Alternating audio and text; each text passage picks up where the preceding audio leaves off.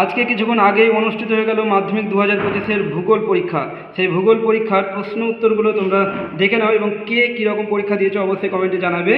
1-এর 1 দাগের উত্তর হবে অপশন ক রাগী, 2 দাগের উত্তর হবে অপশন গ ঘুষুরি। 3 কলকাতা ও দিল্লিকে সংযোগকারী জাতীয় সড়কপথ NH2 ভারতের উপগ্রহ চিত্র প্রকাশ করে ইসরো। তারপর 5 এটা উত্তর হবে বান ডাকা। তারপর 6 এটা উত্তর হচ্ছে পলিথিন। আয়তন অনুসারে ভারতের ক্ষুদ্রতম কেন্দ্রশাসিত অঞ্চল হলো লাক্ষাদ্বীপ। দিহং দিবং ও লোহিত নদীর মিলিত প্রবাহের নাম ব্রহ্মপুত্র। হিমালয়ের একটি সরলবর্গীয় উদ্ভিদ হলো পাইন। তারপর যে প্রাকৃতিক প্রক্রিয়ায় মাটি ও শিলাস্তর অভিকর্ষের টানে উচ্চভূমির ঢাল বরাবর নিচে নেমে আসে তাকে বলে পুঞ্জিত ক্ষয়। পাখির পায়ের মতো বদ্বীপ দেখা যায় যে নদীর মোহনায় মিসিসিপি মিসৌরি। দক্ষিণ গোলার্ধে সমুদ্র স্রোত বাম দিকে বিক্ষিপ্ত হয় কারণ পৃথিবীর আবর্তন। অদক্ষপণের একটি উদাহরণ হলো স্লেট। ক্যারিবিয়ান সাগরে সৃষ্ট ঘূর্ণবাদকে বলা হয় হ্যারিকেন। তারপর দেখো সত্য মিথ্যা শুদ্ধ অশুদ্ধ। তো প্রথমে যেটা ছিল সেটা হবে শুদ্ধ, তারপরে দ্বিতীয়টা এটা শুদ্ধ, তারপর 3 নম্বর এটাও শুদ্ধ হবে। 4 নম্বর হচ্ছে উল্কাপিণ্ড স্ট্র্যাটোস্ফিয়ার স্তরে পুড়ে ছায়া হয় অশুদ্ধ, তারপর এটাও অশুদ্ধ।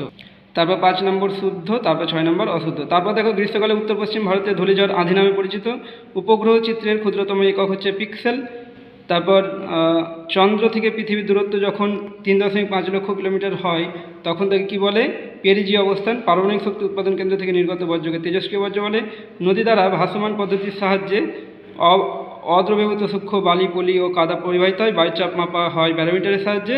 তারপর যে প্রাকৃতিক প্রক্রিয়ার মাধ্যমে ভূপৃষ্ঠের উপরিভাগের ভূমিরূপের বিবর্তন ও পরিবর্তন ঘটে তাকে বলে এটা বহির্জাত প্রক্রিয়া বলে।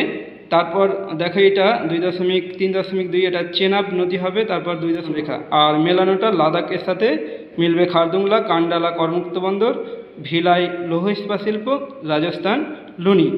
তারপরে প্রশ্নগুলো তোমরা দেখে নাও। এই যে দেখতে পাচ্ছ তোমরা প্রশ্নগুলো, কেমন পরীক্ষা দিলে তোমরা অবশ্যই কমেন্টে জানাবে। এই যে তারপর এই প্রশ্নগুলো তোমরা দেখে নাও।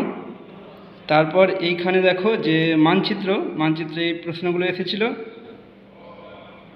তারপরে এটা বহিরাগত পরীক্ষার্থীদের জন্য। তো তোমরা কে কেমন পরীক্ষা দিয়েছো অবশ্যই কমেন্টে জানাবে। এখন এই পর্যন্ত দেখা হচ্ছে পরবর্তী ভিডিওতে। Thank you so much.